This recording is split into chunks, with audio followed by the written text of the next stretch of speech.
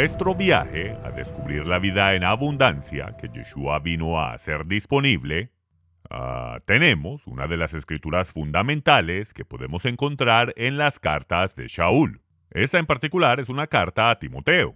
Y en segunda de Timoteo, la segunda carta que él le escribió a su discípulo, él le dice que desde la niñez él ha conocido las Sagradas Escrituras, las cuales le pueden dar sabiduría que lleva a la salvación. La salvación mediante la fe en Yeshua el Mesías. Y él continúa diciendo que toda escritura, y de nuevo tenemos que entender de qué es lo que él está hablando. Vamos a decirlo correctamente. Desde la niñez él ha conocido las escrituras. ¿Cuáles escrituras? La Torá. Y los profetas que nos llaman de regreso al camino de la Torá. Y los otros escritos que muestran causa y efecto. Cuando Israel guardó la Torá o no guardó la Torá, muestra la mano del Todopoderoso trabajando en la nación que él llamó a ser sus sacerdotes, sus representantes para el mundo entero. Y cuando ellos hacen un mal trabajo, siguen siendo sus representantes, porque eso muestra que cuando ellos, igual como dijo Moisés, si ustedes me desobedecen, si agregan mandamientos, quitan mandamientos, crean su propia religión, entonces maldiciones caerán sobre ustedes y todo el mundo sabrá que todas estas maldiciones vinieron sobre ustedes por su desobediencia. Sin embargo, esa no es mi voluntad. Mi voluntad es que ustedes sean obedientes, que sean bendecidos a causa de ello y que todo el mundo sepa que ustedes son mi pueblo, mis representantes y mis sacerdotes para el mundo entero. Así que la escritura que Timoteo ha conocido desde la niñez es la Torá. Y Pablo continúa diciendo que toda escritura, ¿de cuál escritura está hablando? De la Torá. Él dice que la Torá es inspirada por Dios, teánustos. La Torá es inspirada por Dios y útil para enseñar, para corregir, para instruir en justicia, a fin de que el hombre de Dios sea artios, perfecto, enteramente, exartixo, enteramente equipado para toda buena obra. Esta es la manera en que los griegos usaron estas palabras, artios y exartixo, como un barco completamente equipado para su viaje sin que le falte absolutamente nada. Eso es básicamente la Torá. Ella es el fundamento, para eso fue dada y la Torá no cambia. Ella no ha sido abolida y ni una consonante ni una vocal pasará hasta que toda se cumpla. Ni el mismo Yeshua la puede abrogar. Él mismo dijo, ni siquiera penséis, ¿saben? Lo que ustedes crean que yo he dicho o lo que alguien les diga que yo dije, ni siquiera dejen que les entre en la mente que yo vine a destruir la Torá y los profetas. Por supuesto que no. Él vino a cumplir lo que fue escrito sobre él. Él vino a enseñarnos cómo vivir la Torá. Eso es lo que él vino a hacer como el profeta al cual debemos Shema, escuchar y obedecer. Él no vino a destruir los mandamientos del Todopoderoso. Él vino a restablecerlos. Él vino a traer una espada de división entre las reglas y regulaciones de hombres y sus tradiciones y los mandamientos verdaderos y eternos del Dios de Israel. Él vino para que el Espíritu Santo escribiera sus mandamientos en nuestros corazones. Porque, como dice Juan, cualquiera que quebrante voluntariamente la Torá no es de él. Él podrá decir que conoce a Dios, que ama a Dios, pero Juan dice que es un mentiroso y que la verdad no está en él. Y desafortunadamente, esa es la gran mayoría del mundo religioso de hoy. La verdad no está en ellos, la Torá no está escrita en sus corazones, se inventaron su propia religión. Bueno, nosotros vamos a regresar a la escritura, pero antes de eso, vayamos rápidamente a la segunda carta de Pedro, en el capítulo 3, donde dice lo siguiente. Y dice, como también nuestro amado hermano Pablo, Shaul, según la sabiduría que le ha sido dada, os ha escrito, casi en todas sus epístolas, en sus cartas, hablando en ellas de estas cosas, de las cuales él está haciendo referencia, entre las cuales hay algunas difíciles de entender, las cuales los indoctos e inconstantes tuercen.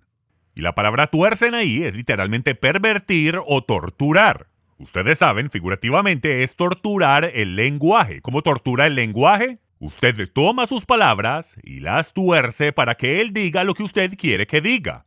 Porque la Torá no está escrita en su corazón. Y entonces, como dice, ellos tuercen, ellos pervierten, ellos torturan sus palabras, como también torturan las otras escrituras, para su propia perdición. Vemos a Yeshua respondiéndole a aquellos que lo criticaban, diciendo: vosotros erráis por no comprender las Escrituras, la Torá, ni el poder de Dios. Y aquella ocasión cuando los discípulos que iban en camino a Emaús, cuando Yeshua se les apareció, pero no lo reconocieron, y él fue hasta cenar con ellos. Y ellos dijeron entre sí: ¿no ardía nuestro corazón en nosotros mientras él conversaba con nosotros y nos abría el entendimiento de las Escrituras? Él no les abrió el entendimiento de los evangelios, de las cartas de Pablo, de la Reina Valera. No, él les abrió el entendimiento de la Torá. Él les abrió los profetas, les abrió al profeta David. Sí, David era un profeta. Fue Pedro, durante la fiesta de Shavuot, Pentecostés, el que dijo que David era un profeta que vio de antemano la venida del Mesías. Él literalmente vio el futuro y vio la venida del Mesías. De hecho, fueron David y el profeta Natán que establecieron la liturgia del templo. Ellos escribieron la liturgia del templo y establecieron todas sus prácticas, todo lo que se hacía. Cuando David ni siquiera vio el templo construido, fue su hijo Salomón el que construyó el templo. Pero vemos que en los tiempos de Josías y en los días de Sedequías, cuando se habían olvidado de la Torá, pero luego regresaron y la Torá estaba perdida, pero luego la encontraron en el templo, encontraron la Torá cubierta en polvo, la leyeron y comenzaron a llorar en arrepentimiento. Cuando redescubrieron la Torá, dijeron: ciertamente estas maldiciones vendrán sobre nosotros. Así que se arrepintieron y dice que guardaron la Pascua hebrea según todos los mandamientos y ordenanzas del rey David. Porque los mandamientos y ordenanzas del rey David concernientes al servicio del templo y el cómo los salmos debían ser usados para el servicio del templo, todo esto era conocido, era parte de esto, así que lo volvieron a restablecer y celebraron la Pascua hebrea como no la habían celebrado desde que salieron de Egipto. Así que, como dice en Mateo 26, todo esto ha sucedido para que se cumplan las escrituras de los profetas. Para que se cumplan las escrituras de los profetas. No podemos ignorar estas cosas. Como dice en Romanos 15:4, y de nuevo regresamos a las epístolas de Pablo porque él es un erudito de la Torá. Y cuando sabemos de dónde él está citando, sabemos que lo tenemos en contexto, porque no sé cuántas veces los traductores de la Biblia nos han alejado completamente del contexto. Cuando es claro ver que el griego de la Septuaginta y el griego que está en sus epístolas es básicamente idéntico, los traductores no nos dejan saber que él está citando el Antiguo Testamento. Hay varias traducciones que sí dejan saber cuando él está citando el Antiguo Testamento, pero hay muchas de ellas que no lo hacen, aunque reconozco que es bastante tedioso hacer todo ese trabajo. Y es por eso que tenemos que profundizar en todas estas cosas. Tenemos que hacer nuestra parte y no solo dejarnos llevar por lo que dice nuestro rabino, nuestro pastor o líder religioso. Bueno, él dijo: porque todo lo que fue escrito en tiempos pasados para nuestra enseñanza se escribió, a fin de que por medio de la paciencia, que es resistencia, y del consuelo que recibimos de las Escrituras, tengamos esperanza, que podamos ver la meta final y poder tener paciencia, aguantar y tener esperanza y consuelo hasta el final. Porque el vivir la vida a veces no es fácil. Y aunque Yeshua dijo que Él vino para que tengamos vida y para que la tengamos en abundancia, Él también dijo que seríamos perseguidos y que tendríamos tribulación. Recibimos abundantes bendiciones en esta vida, pero con esas bendiciones también viene persecución. Allí es donde llegamos a conocer lo que la Escritura llama la participación de sus padecimientos. Cuando sufrimos injustamente por hacer lo correcto. Allí entonces hay regocijo, un regocijo que viene del Espíritu Santo. Él nos da la habilidad de regocijarnos cuando sufrimos injustamente por hacer lo correcto. Pero por supuesto, la mayoría de nosotros cuando estamos yendo a través de persecución pensamos que estamos yendo a través de ella porque hicimos algo tonto. ¿Por qué? Porque la mayoría de nosotros hemos hecho tantas cosas tontas en nuestras vidas que han traído malas consecuencias. Pero luego todo cambia cuando reconoces que no. He sido obediente, he hecho lo que se debe hacer, y luego lo que sucede es que el cielo te respalda y te muestra que estás exactamente donde debes estar en este mismo momento. Él te rodea de personas a las cuales debes ministrar y si no hubiese sido a través de esa prueba, no les pudieses haber ayudado a ellos. Y en ese momento reconoces que has sufrido para que puedas ayudar a otros. Esa es la participación de sus padecimientos y no hay nada más hermoso que puedas experimentar que el saber que el Mesías que vive en ti, que Él te está guiando a través de los momentos más difíciles de tu vida. Allí es cuando sabes que vives una vida en abundancia. Porque la vida en abundancia no se trata de cosas materiales. Esto me hace recordar, quiero contarles esta historia de cuando estuve en Texas. Yo iba a estar enseñando una noche, me estaba quedando en la casa de unos amigos, él era un doctor junto con su esposa. Y yo estaba en el baño, me estaba dando una ducha y mientras me daba una ducha, yo me hacía la pregunta, ¿por qué no veo más milagros ocurrir? Y yo me estaba hablando a mí mismo en la ducha, básicamente orando, y reconocí, de hecho lo dije, que es porque no me pongo a mí mismo en lugares donde pueda haber milagros ocurrir. Y hasta lo dije en voz alta. Es porque no me pongo a mí mismo en situaciones donde pueda haber milagros ocurrir. Me vestí, bajé a la cocina al desayuno y el teléfono sonó. Y era una pareja en el hospital. A su hijo de 2 años le dio un derrame cerebral. Ellos se levantaron por la mañana del día anterior y el niño estaba mal. No tenía señales de vida. Era un patrón recurrente en esa familia. Había ocurrido antes. Muerte de infante. Dijeron que estaba en el hospital. Apenas lo escuché dije, ¿en cuál hospital? Vamos para allá inmediatamente.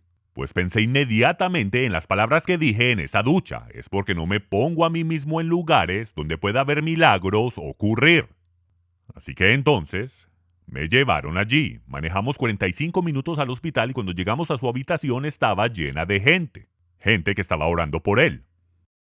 Y las pantallas en el hospital mostraban línea plana, cerebro muerto, no podía respirar por sí mismo, no había nada ahí. Así que entré a su habitación y estábamos orando por él. Me puse de rodillas, puse mi cabeza en su pecho y comencé a orar por este niño. Comencé a orar por esta criatura. Y doctores y enfermeras comenzaron a entrar a la habitación porque ellos sabían lo que venía. Ellos sabían que si no ocurría un milagro, iban a tener que desconectar a este bebé.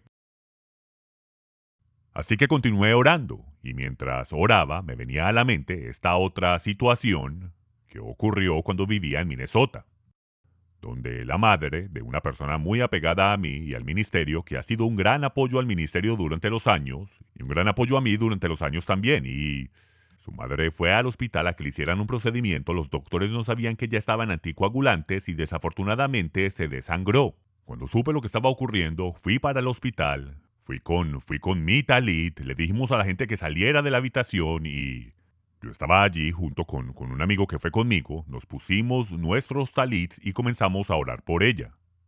Después de 15 minutos nos hicieron salir de la habitación, pero ella nunca se levantó. Y todo eso me está pasando por la mente mientras estoy orando y clamando que por favor se levante esta criatura. Y después de todo eso, desconectaron a ese bebé de 2 años y lo enterraron. Les estoy compartiendo ese ejemplo porque cuando salí de allí, dije, está bien, no vimos un milagro, pero Yeshua nos dijo que levantaríamos a los muertos. Yo lo he visto ocurrir, lo he visto con mis propios ojos, he visto a los muertos levantarse. ¿Por qué no sucedió esta vez? En verdad no sé por qué. Pero el estar allí y el saber que tenemos la autoridad y que si nos ponemos a nosotros mismos en estos lugares, en estas situaciones, el Todopoderoso ve nuestro acto de fe. Y aunque no sabemos cuáles son los planes del Todopoderoso, lo que yo sé es que cuando salí de allí y aunque lloré bastante y siempre pienso mucho en esa situación, en lo que ocurrió. Y el inmenso dolor de esa madre y de ese padre y de esa familia y de todas las personas que estaban allí, cuando tuvieron que desconectar a esa pequeña criatura. Pero sin embargo, esta es la vida en abundancia. El saber que Yeshua dijo que haríamos cosas mayores que las que Él hizo. Que todo lo que pidamos según su voluntad se cumplirá. Porque yo sé que cuando voy a África o a lugares pobres de Sudamérica y de Centroamérica, donde no tienen los avances médicos, ni los avances tecnológicos, ni los hospitales que disfrutamos en este país, aún con todo eso, sin embargo, en estos países, solo con su fe y su confianza en Dios, ellos ven más milagros de los que se pueden ver en los Estados Unidos de América. Y es porque para ellos es necesario. No hay otra manera de sobrevivir. Yeshua dijo, escudriñáis las escrituras porque pensáis que en ellas tenéis vida eterna. Y ellas son las que dan testimonio de mí.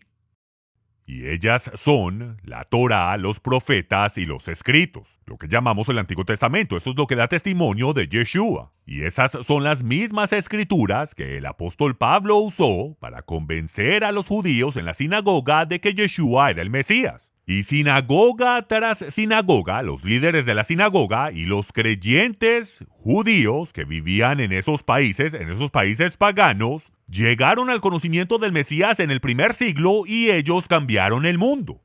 Leemos acerca de esto en Hechos capítulo 17, donde dice que Pablo, según su costumbre, fue a la sinagoga y por 3 días de reposo, 3 Shabbats, discutió con ellos, razonó con ellos basándose en las escrituras, las mismas escrituras que testifican de Yeshua, y explicando y presentando evidencia de que el Mesías debía padecer, que era necesario y que resucitaría de entre los muertos, y que este Yeshua que él está predicando es literalmente el Mesías, él es el profeta. Y que es él el que cumple las profecías.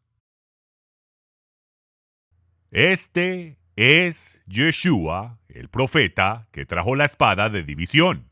Él es el que nos enseña cómo vivir. Él nos enseña cómo guardar la Torá. Él nos dijo que fuéramos una luz a las naciones y que les enseñáramos lo que Él nos enseñó. Y ahora, Él dice, síganme porque tenemos trabajo que hacer.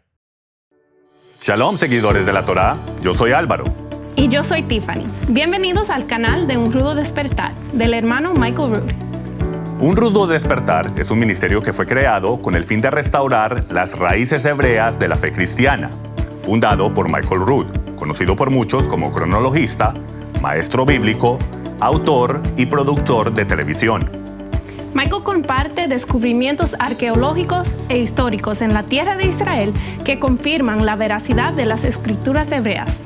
En este canal ustedes encontrarán una gran comunidad de habla hispana que disfruta los videos de Michael y programas de radio que se publican semanalmente acerca de diversos temas como la salvación, los dones espirituales, el libro de Apocalipsis, la historia de la iglesia, la situación actual de Israel y temas controversiales como la circuncisión, la ley y la gracia, la ideología de género y otros. Suscríbase a nuestro canal y presione la campana para recibir notificaciones cuando nuevos videos sean publicados. Los invitamos a ver nuestras series, nuestros últimos programas y a dejarnos sus comentarios. Nos vemos. Los miembros de la sinagoga en Tesalónica se aguantaron a Pablo como por 3 semanas, pero después de ahí se le comenzaron a torcer un poco. Así que entonces Pablo encogió camino, como nos dice Hechos capítulo 17, versículo 11, encogió camino hacia Berea. Y encontró que de hecho estos judíos eran más nobles que los de Tesalónica, porque ellos recibieron la palabra con toda solicitud de mente y escudriñaron las escrituras diariamente, para ver si las cosas eran así. Yo crecí en los Estados Unidos en un tiempo muy diferente al de hoy. Esto era en un tiempo donde 7 días a la semana, por un mínimo de 3 horas, nos sentábamos a escudriñar las escrituras. Estas reuniones duraron por años, 7 días a la semana, por 2, 3, 4 y veces hasta 5 y 6 horas todas las noches. Estábamos jóvenes y no teníamos hijos en aquellos tiempos. Y esto fue así por más de una década, donde escudriñábamos las escrituras todas las noches, comprobando si esas cosas eran así, desde Génesis a Apocalipsis, tratando de entender. Pero desafortunadamente esto ha sido reemplazado hoy en día por diferentes tecnologías y conveniencias hoy en día que no nos dejan tiempo para poder escudriñar las escrituras. Es por esto que estoy haciendo estas clases, para enseñarles cómo entender la Biblia, y así ustedes la puedan leer por ustedes mismos. Y mientras la estudian y profundizan en ella, se darán cuenta, el Espíritu Santo les dará revelación de las escrituras, y ustedes podrán saber la información que necesitan, el conocimiento del Dios verdadero, para que puedan tener el poder de una vida en abundancia. Debemos vivir una vida con poder y abundancia. Para eso fue que Yeshua vino, está disponible para todos nosotros y vamos a caminar en esa dirección. La sinagoga en Berea tenía personas allí que en verdad estudiaban las escrituras y las estudiaban diariamente. Ellos estudiaban la Torá, estudiaban los profetas, y cuando Shaul enseñaba, se encendió un fuego aún más intenso en Berea. Pablo, o Shaul, le escribe a los creyentes en Corinto. Ahora, esto fue en otro periodo de tiempo. El problema que tenemos con las cartas a los creyentes en Corintios es que cuando ellos le escribieron a él, allí habían problemas. Pero no tenemos las cartas que ellos le enviaron a Pablo, a las cuales él está respondiendo. Así que entonces solo podemos asumir lo que estaba ocurriendo por las respuestas de Pablo a ellos. Hubiese sido maravilloso haber tenido las cartas que ellos le enviaron a Pablo, pero bueno, no se puede.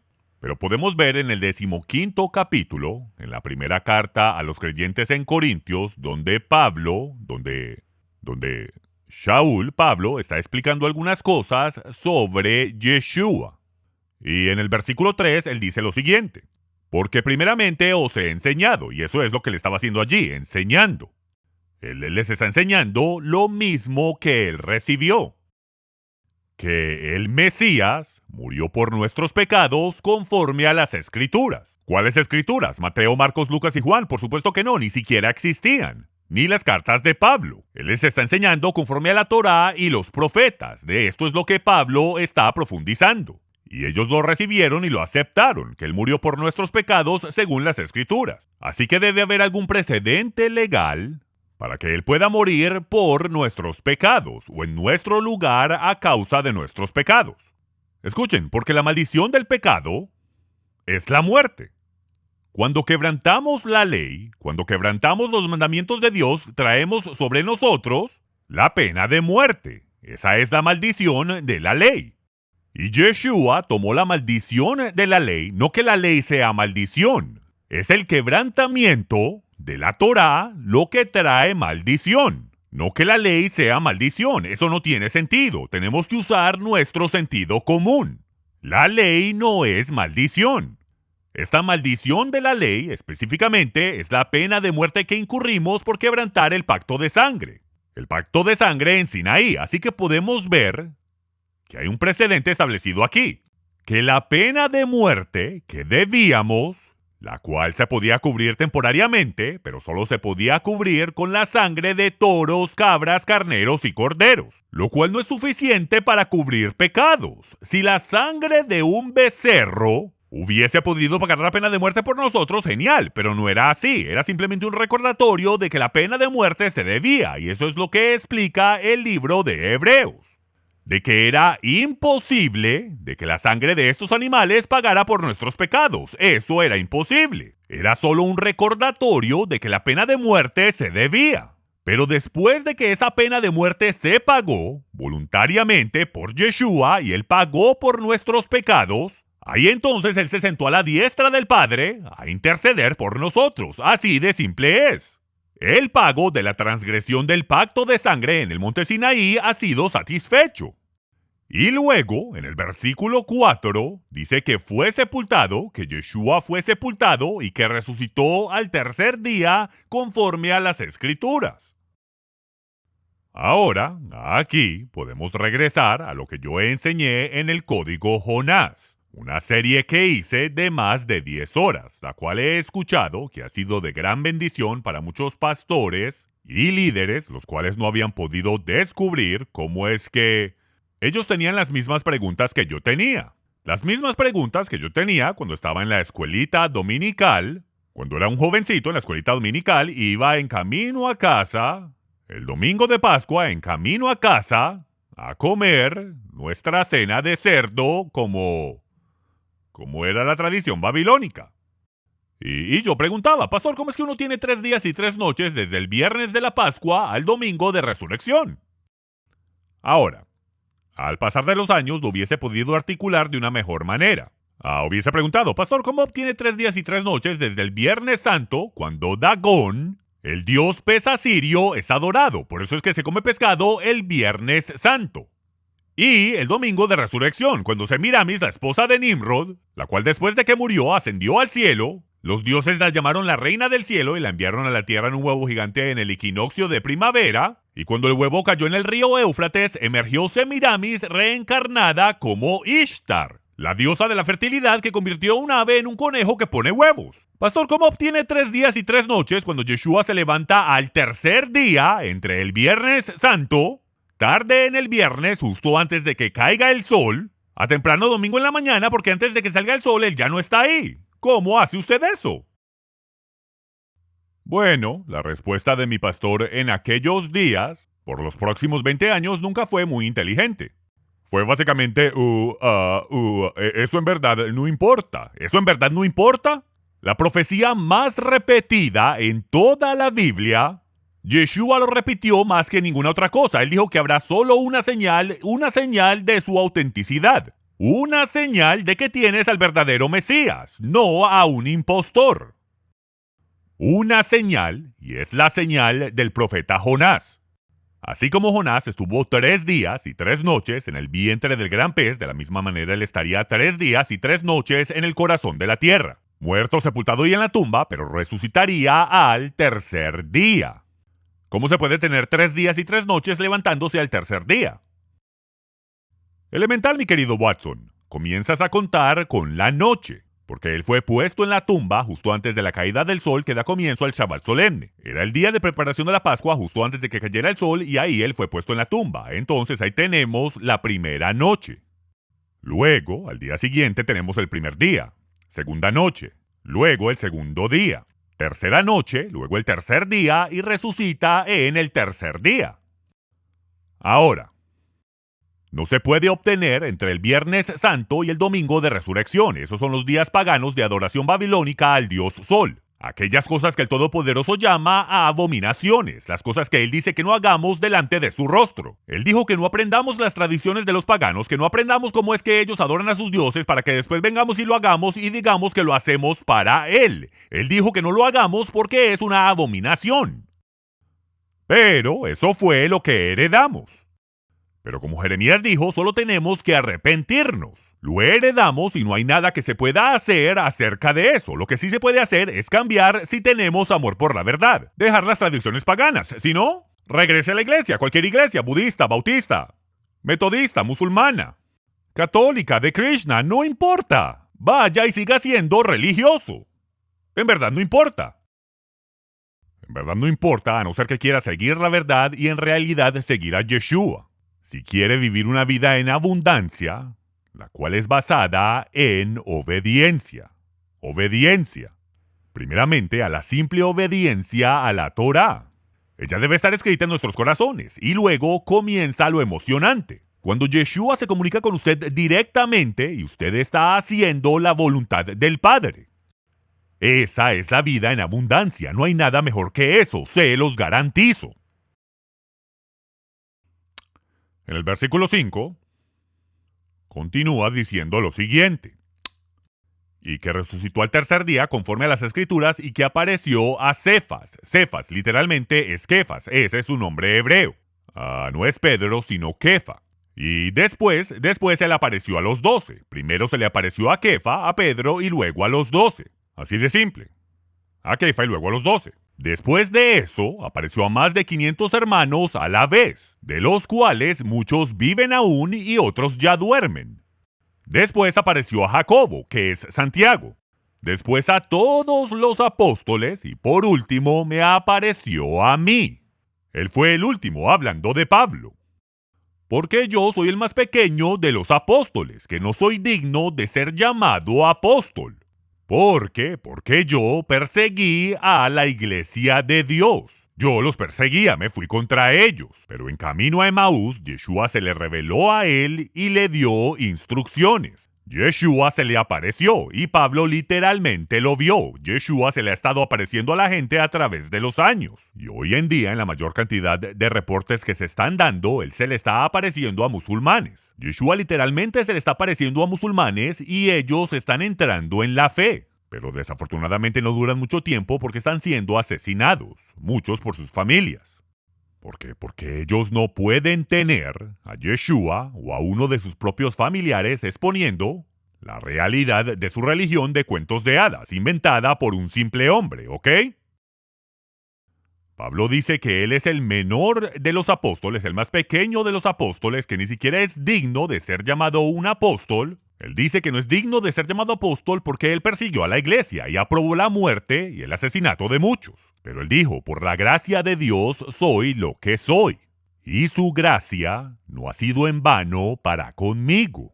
Si ven, por la gracia de Dios, su empoderamiento divino. La gracia no es, vaya, haga lo que quiera, puede ir a asesinar personas, la gracia lo cubre, no. Por el empoderamiento divino de Dios, hoy yo soy lo que soy. Y por su empoderamiento divino, por su gracia, que no ha sido en vano conmigo, he trabajado aún más que todos los otros apóstoles. Y él dice, pero en verdad, no soy yo. Es la gracia de Dios, es su empoderamiento divino, que estaba conmigo el que hizo la obra, el que hizo el trabajo. Amigos, la gracia no puede ser torturada a significar licencia. Licencia para hacer lo que quiera. Yo sé que así es que se usa en el ámbito cristiano, pero nunca permita que usen la gracia de Dios como significado de licencia para hacer lo que quieran. Como una gracia grasosa, un agape aguado, es empoderamiento divino. Escuche a Pablo y cómo él lo usa. Shalom, seguidores de la Torá. Si les ha gustado este video, por favor presionen el me gusta y compártanlo con sus amigos. Suscríbanse a nuestro canal y presionen la campanita para que reciban inmediatamente notificación cuando haya material nuevo disponible. No olviden visitar nuestra página unrudodespertar.tv y bajar nuestra aplicación en iPhone o Android para poder continuar compartiendo la verdad de las Escrituras.